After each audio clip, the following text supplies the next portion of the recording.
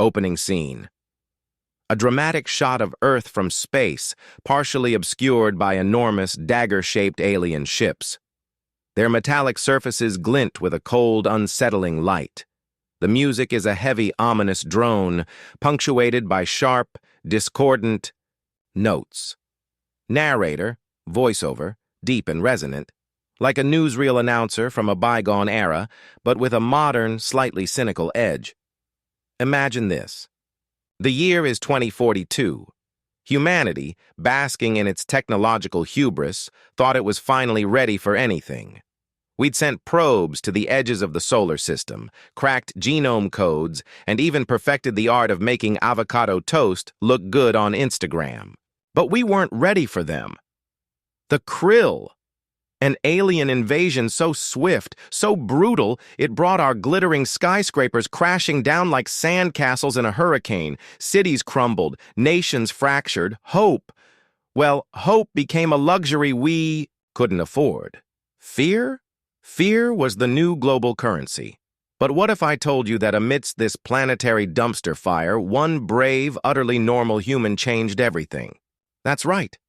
The entire Krill Armada, an armada that made the combined navies of every nation look like a bathtub toy flotilla, surrendered.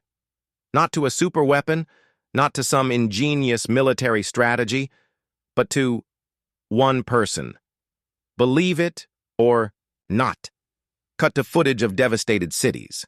Buildings are skeletal remains choked with smoke. Panic-stricken crowds, faces masked with grime and terror, run through debris-strewn streets. Alien ships, impossibly large and menacing, unleash beams of searing blue light, vaporizing city blocks. The music intensifies, becoming a chaotic, rhythmic pulse. Narrator. How did this happen? Who was this extraordinary human? And why in the cosmos would an unstoppable alien force, seemingly bent on planetary annihilation, just lay down their weapons? It sounds like galactic-grade fairy tale, right? But trust me, this is as real as the hole in the ozone layer you're probably trying to ignore.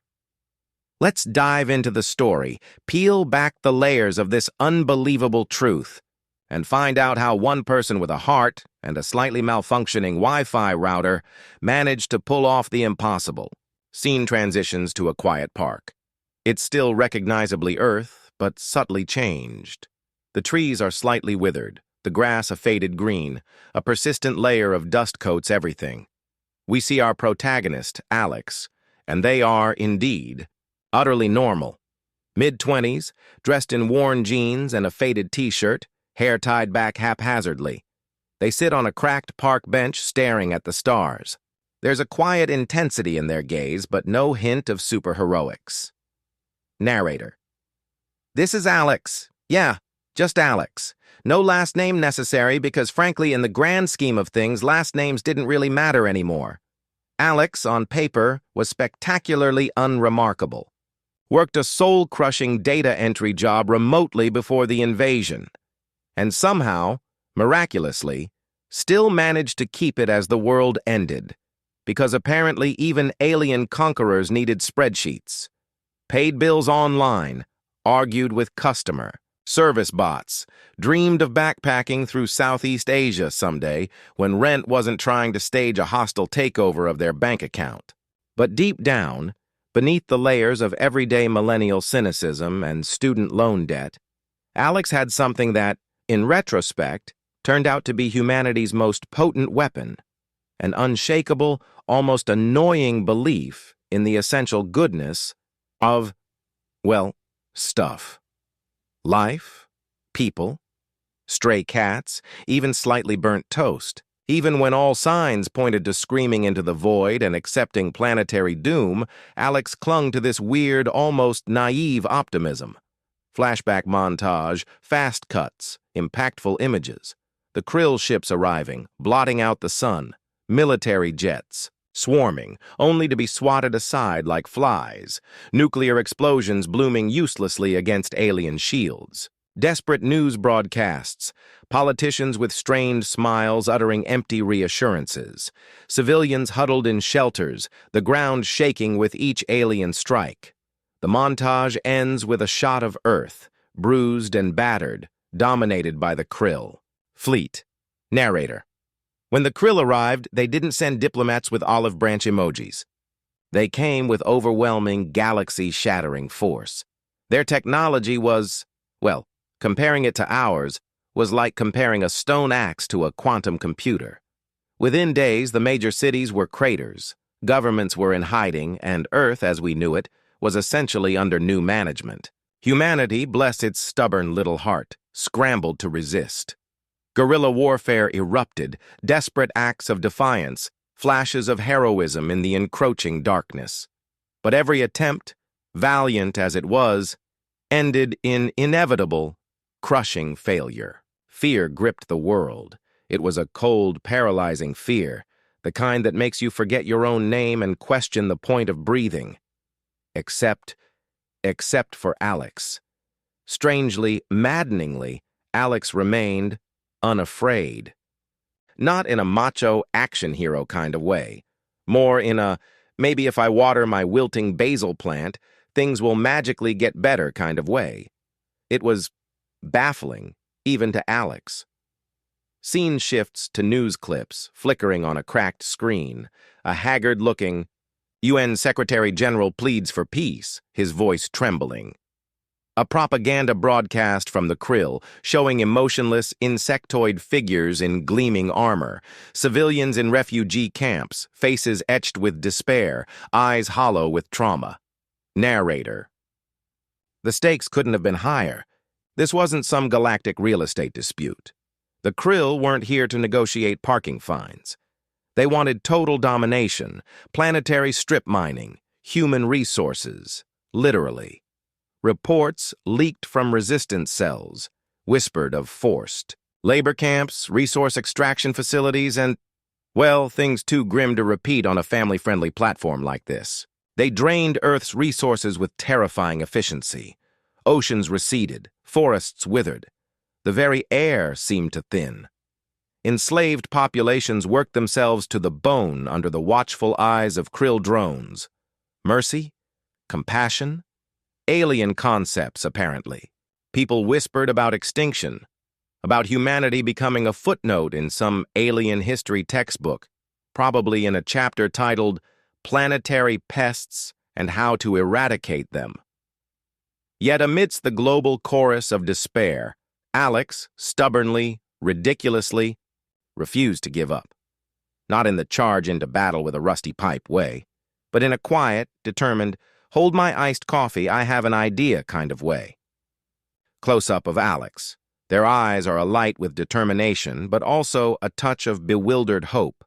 They hold a small jury-rigged device in their hand.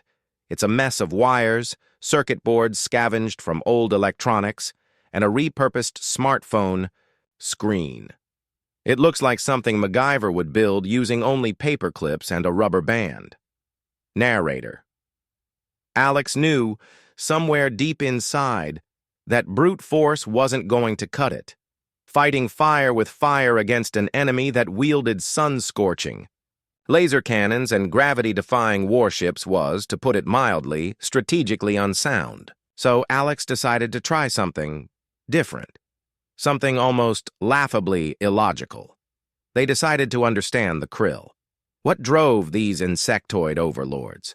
Why were they so ruthlessly efficient in their destruction? Why Earth? And most importantly, in the echoing silence where diplomatic channels should have been, could they be reasoned with? Could there be, just maybe, a crack in their chitinous armor of aggression? Scene cuts to flashbacks of Alex working tirelessly in a makeshift lab. This isn't a gleaming, state-of-the-art facility. It's a cluttered basement, lit by a flickering bulb, filled with dusty computer parts, scavenged electronics, and stacks of books about linguistics, astrophysics, and even surprisingly, entomology. Because apparently, understanding alien bug people might require understanding actual bugs. Alex is hunched over a workbench, soldering wires, staring intently at a computer screen displaying static and garbled noise. Narrator. While the remnants of Earth's armies launched desperate, futile strikes, while global leaders bickered over dwindling resources in underground bunkers, Alex worked alone, driven by a cocktail of curiosity, stubbornness, and that bizarre, unwavering compassion. Nights bled into days, fueled by instant coffee so strong it could probably jumpstart a dead star, and the sheer, improbable hope that they weren't completely insane. They started by intercepting Krill communications, a cacophony of clicks, hisses, and guttural sounds that sounded less like language and more like a malfunctioning coffee machine gargling gravel. But Alex, armed with free online linguistics courses, open-source decoding software, and a truly impressive amount of caffeine, started chipping away at the alien noise. Months of trial and error, of frustrating dead ends and moments where they almost threw the entire project into the nearest dumpster and just joined a foraging gang, slowly, painstakingly, began to yield results. Visuals on the screen show text translating, line by line, from the Krill language into English. The first translations are simple. Resource Acquisition Sector 7. Efficiency Report. Drone malfunction. Then, the messages become more complex, more personal. Homeworld destroyed, starvation, migration cycle failed, desperate. Finally, a key message appears, stark and chilling. We are dying. Our home is gone. We need your resources to survive. Narrator. The truth, when it finally cracked through the code, hit Alex harder than any Krill energy weapon. The aliens weren't evil conquerors gleefully twirling their metaphorical mustaches and plotting galactic domination for kicks. They were desperate survivors. Their planet, their entire solar system, had been ravaged by some cosmic catastrophe. A supernova, a rogue black hole, galactic space lobster infestation. The specifics were vague, leaving them with no choice but to flee. Earth, a lush, blue jewel in the vast emptiness of space, was, well, it was a cosmic lifeboat, not a target for conquest, but a desperate grab for survival. For the first time, Alex saw them not as faceless, monstrous invaders, but as victims. Victims of circumstances far beyond their control, lashing out in fear and desperation, mirroring humanity's own history of desperate migrations and resource wars. The realization was both terrifying and, strangely, profoundly sad. Montage of Alex preparing for the confrontation. They practiced speeches in front of a mirror, sometimes eloquent, sometimes stumbling and awkward. They gathered data on Earth's environmental struggles, photos of polluted rivers, deforested landscapes, statistics on resource depletion, building a case that Earth, too, was struggling, a planet being bled dry even before the Krill arrived. They test the communication device, projecting holographic images onto the wall, practicing alien vocalizations, sounding like a strangled cat in the process. There are moments of doubt, of fear, reflected in their face as they look into the mirror, questioning if they are completely out of their mind. Narrator. With this newfound understanding, a fragile, improbable plan began to form in Alex's mind. It wasn't enough to just know the truth. The Krill, entrenched in their militaristic mindset, fueled by fear and desperation, wouldn't just listen to a friendly radio message. They needed to see it, to feel it. Alex decided to deliver the message personally. A face-to-face meeting with the Krill commander. Insane? Absolutely. Suicidal? Probably. But Alex, armed with nothing but a cobbled-together communication device, a heart full of improbable hope, and a frankly alarming amount of stubbornness, set out to face the alien commander. Armed with courage and conviction, and maybe a slightly stale granola bar in their pocket for emotional support, because even heroes get the munchies. Scene transitions to a tense standoff inside the Krill mothership. The interior is vast, metallic, echoing with the hum of alien machinery and the strange, clicking, hissing language of the krill. Alex stands on a metal platform, looking tiny and fragile before the towering krill commander. The commander is immense, chitinous armor gleaming, mandibles clicking ominously, multiple eyes swiveling, taking in every detail of Alex's presence. Krill guards, armed with energy weapons that look like they could vaporize a mountain range, flank the commander. The air crackles with tension. Alien Commander, translated through subtitles appearing in a stark alien font at the bottom of the screen, the voice a guttural, resonating rumble, somehow both alien and disturbingly familiar in its cold authority.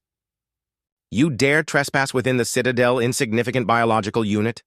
You are human, yes? One of the vermin infesting this resource node. How did you circumvent security protocols? Does it matter? Your species nears extinction. Your defiance is quaint. Alex, voice surprisingly steady, clear, despite the tremor. In their hands barely holding the communication device. I'm not here to fight you, Commander. I know why you're here. I know about your homeworld. I'm not here to stop you. I'm here to save you. The commander pauses, multiple eyes narrowing, or whatever the krill equivalent of narrowing eyes is.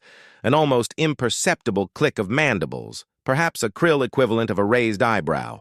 Guards murmur amongst themselves in clicks and hisses, clearly confused by Alex's words. Alien Commander, save us? You are illogical.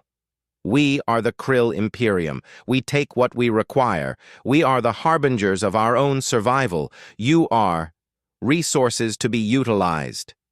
Alex takes a deep breath, activates the communication device. Holographic images project into the air between them. Stark images of Earth's environmental degradation, polluted rivers, burning forests, overflowing landfills. Then, data charts appear, showing statistics on resource depletion, population growth, climate change, the planet's own fragile ecosystem teetering on the brink. You think we're overflowing with resources, Commander? Look around you. Our planet is dying, too. We've been inefficient stewards. We've consumed without replenishing. We fight amongst ourselves for scraps. We're not a planet ripe for the taking. We're a planet in intensive care. Alex gestures to another set of images. Sustainable technologies, renewable energy sources, closed-loop systems, reforestation projects, nascent efforts towards space colonization, flickering glimpses of human ingenuity and nascent environmental awareness. Alex, but we're learning. We're starting to understand balance, sustainability. We're trying to fix our mistakes. You don't have to destroy us to survive. We don't have to be enemies. There's another way. We can help each other. Share knowledge, share technology. Together we can find balance for both our species. We can find a way to not just survive, but to thrive. Close up on the commander's face, if insectoid faces can be said to have expressions. There's something. Doubt? Hesitation? Confusion? The clicking of the mandibles slows. The guards shift uncomfortably. The silence in the vast chamber stretches, thick with unspoken possibilities. The fate of two species hangs in the balance, suspended on the fragile thread of one human's improbable plea. Slowly, almost imperceptibly, the krill commander lowers the energy weapon it had been holding. A slow, deliberate nod. A gesture that transcends species, a silent acknowledgement of understanding. Conclusion summary scene, fast forward. The krill fleet is retreating from Earth, the dagger-shaped ships turning and warping away into the vastness of space, leaving a sky slowly clearing. Earth is scarred, but not broken. We see scenes of rebuilding, but with a difference. New technologies are being implemented. Sleek, efficient structures rising from the rubble, powered by clean energy. Deserts are blooming with vegetation. Forests are regrowing. Humanity is working side by side with krill engineers, the initial awkwardness giving way to a hesitant, grudging cooperation. The music is now hopeful, melodic, tinged with a sense of wonder. Narrator. Against all logic, against all probability, Alex had succeeded. Through sheer, unadulterated empathy and a belief so tenacious it was almost weaponized, they had turned an invasion into an alliance. The krill, humbled, desperate, and perhaps, just perhaps, a little bit, impressed by humanity's strange resilience, shared their advanced knowledge. They helped us rebuild, not just our cities, but our planet. They showed us technologies beyond our wildest dreams, sustainable energy, pollution remediation, even interstellar travel. In return, Earth, scarred but still vibrant, became a second chance for a dying race, not a conquest, but a refuge, a shared haven in the cold expanse of the cosmos. Final shot of Alex standing on a rebuilt hilltop overlooking a revitalized landscape. The sun sets in a sky no longer choked with pollution or alien warships. A faint smile plays on Alex's lips. They are still just Alex, ordinary and extraordinary all at once. Narrator. One brave, impossibly ordinary human proved that even in the darkest corners of the universe, hope and empathy aren't just wishful thinking. They can be the most powerful forces of all. They can change the course of history. So tell me, what would you have done in Alex's shoes? Would you have reached for a weapon, fueled by fear and anger?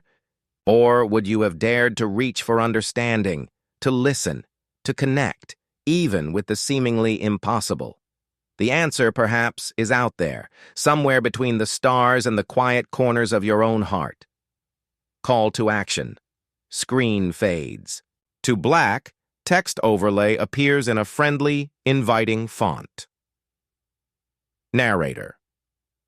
If you enjoyed this story of galactic proportions and unlikely friendships, let me know in the comments.